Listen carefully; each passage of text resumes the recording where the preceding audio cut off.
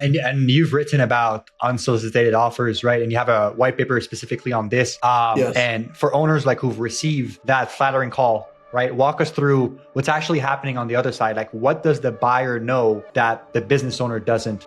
No. So this is, if you get anything from a business owner, if you get anything out of this, is do not accept an unsolicited offer before you talk to an investment banker. Because again, their job as a buyer is to do two things. It's to buy your company for as little as possible and to put as much risk on the seller. So if it doesn't work out as good as they think they will, the seller takes a hit even more on value versus the seller. That's it. That is, think about it. When you go buy a house, you're not going to go, Joey, you seem like a really nice guy. I'm going to pay an extra $50,000 or $150,000. It's like, how much can I negotiate for to get it for as little as possible? And just to give an example, and then I'll get into some specifics, but to give you an example of most people will understand, again, going back to the housing scenario, is think if, you and your family are looking for a house and your realtor calls you up and says, hey, it's a Wednesday. I think I got the perfect house for you. It's in the school district you want. It's the square footage you want, the backyard that you wanted, everything that you were looking for. And you go, well, I'm a little busy today. I'm busy this week. Can I go Saturday or Sunday? Like, oh, let me call. And they call back, go, you know what? You can go Saturday, you can go Sunday, you can go next week, Saturday, Sunday. It's been on the market for 110 days. There's nobody looking at it. There's been no offers. For whatever reason, yeah, you can go Saturday, Sunday. Let's just say it's listed at $1 million for easy numbers. So it's $1 million house. What are you gonna,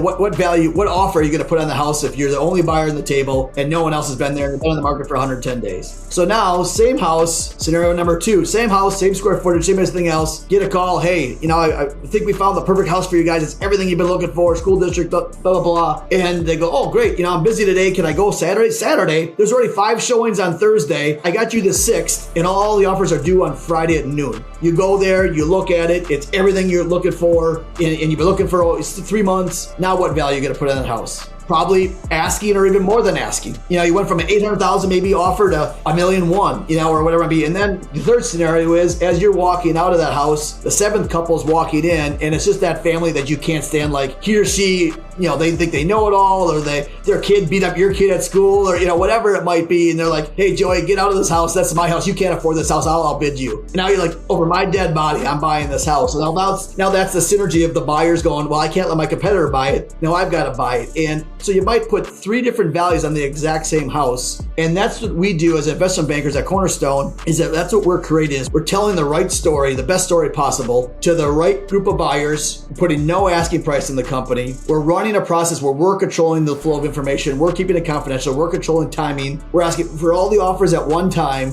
and then we get to negotiate from there. So like last year, we averaged 8 offers per client.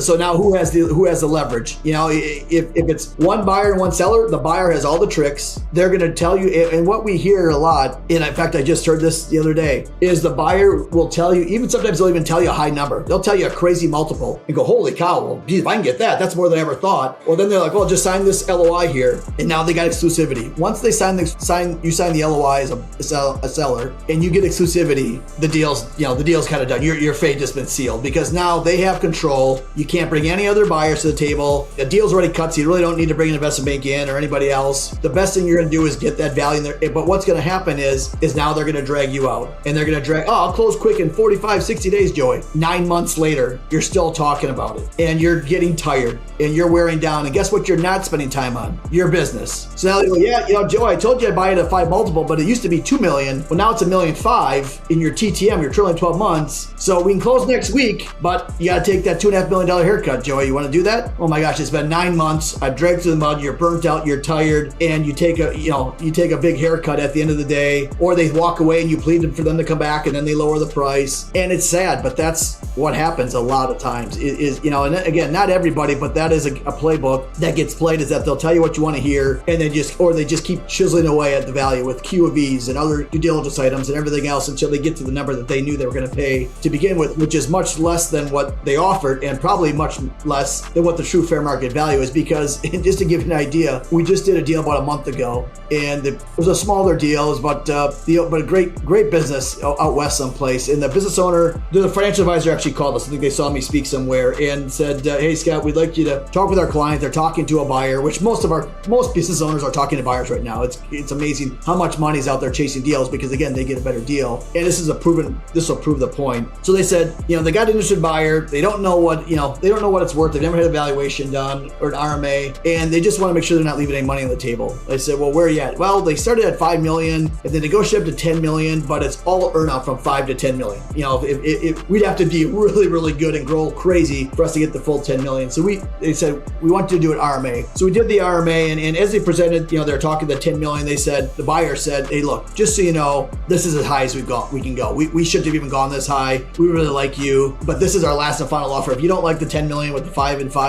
million at close and 5 million earn out, we're not the right fit, and good luck. So she signed an agreement with us and she sent them an email going, hey guys, I like you guys. I want to keep you in the process, but just so you know, I think I'm going to work with Cornerstone to make sure I do this right. I only get one chance to do this. Within 5 minutes, her phone rings. Hey, what's it going to take for you not to sign with Cornerstone? Or how much more money do you want not to sign with Cornerstone? Because they knew if we ran a process, we brought multiple buyers together, the price was going to go up. And they stayed in the process. They were not the buyer that the seller chose at the end of the day. And we ended up closing that deal at $14 million with 85% cash at close. So they got like $12 million cash at close versus the 5 that they would have got. And she would have saved a fee, but she would have never known, how much money she left on the table. And it's life-changing money. It's not Cornerstone's fee is $500,000. I'm going to get $500,000. It's like, no, we're typically getting, on average with our process, we're getting like 20% more than what the market is, what those valuations come in at. And because again, it all comes down to the competition. People pay more when there's competition, there's urgency and scarcity. And that's what we get to,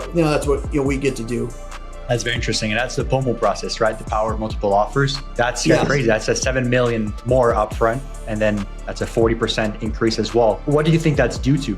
Yeah, it just comes down to purely, again, going back to the house story. I mean, think of the emotional pressure, the competition that you have, the scarcity. This is the perfect house. We've been looking for 3 months. Yeah. If we don't get this one, who knows when we're ever going to find a house. The school starts next month and we got to be in the school district. It's that kind of pressure that gets on. And it's simply creating urgency and scarcity. And, another example of that is look at the draft, the NFL draft. Yeah. It was just in Green Bay, and it was insane. For 50 years, it was this sleepy thing that had to happen as NFL teams, people got hurt, people retired, they had to get new kids in and play. Yeah. So they just did a draft, and it was in New York, the largest city in the United States, for 50 years. At its biggest, it had, I think it was at the Radio City Hall, 6,000 people. So 6,000 people there, a couple camera crews, and then someone decided, hey, what if we take this thing on the road? Instead of having it the same place, same time, every time, what if we took it on the road and we created POMO where all these teams and all these cities bid on having it there? And if they bid on it, they were going to bring all this money to this amazing event, and this event that's small and sleepy is going to become awesome.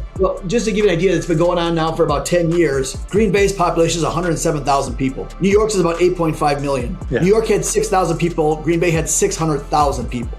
It's crazy, yeah? It's now the second largest event that the NFL puts on besides the Super Bowl. It makes the second most money to the Super Bowl. And it was just somebody going, let's let teams and cities bid on this, having it here, and we're taking it all around the country. And not only do they get all the sponsors and all the excitement and all the investment into the infrastructure, but now me as a fan, I'm in Wisconsin, in Green Bay, going, it's never coming back to Green Bay in my lifetime. If I don't go now, I'm never going to see this thing. Versus, well, it'll be here next year. Well, it's kind of crappy weather. I'm going to go next year. No, it's here once in my lifetime. So it created that urgency for the fans, and that's what brought 600,000 people through the gates in 3 days. So that's really what we create, is this urgency, this scarcity, this competition within all the buyers out there. When you don't put an asking price on there, then you got the best story possible, what the future is and how great this company can be. And you're talking with all the right buyers that have all the synergies where 1 + 1 = 3 or 4, not just 2. That is the only way a business owner is ever going to know what their true value of the company is. And on top of that, they get to choose who the best fit is, because it might not know, it's a lot of times it's not always the highest value. It might be the second highest value, but they're going to protect my employees, or they have a better culture fit to mine than this other buyer, or I get to leave in 3 months versus I have to stay for 3 years, or vice versa. There's so many variables that go into a deal, and that's where the owners get to truly, they get to finish strong. Like the book I wrote, they get to finish strong and choose who is that best fit for the next generation of the business, the legacy, the employees, and in the community.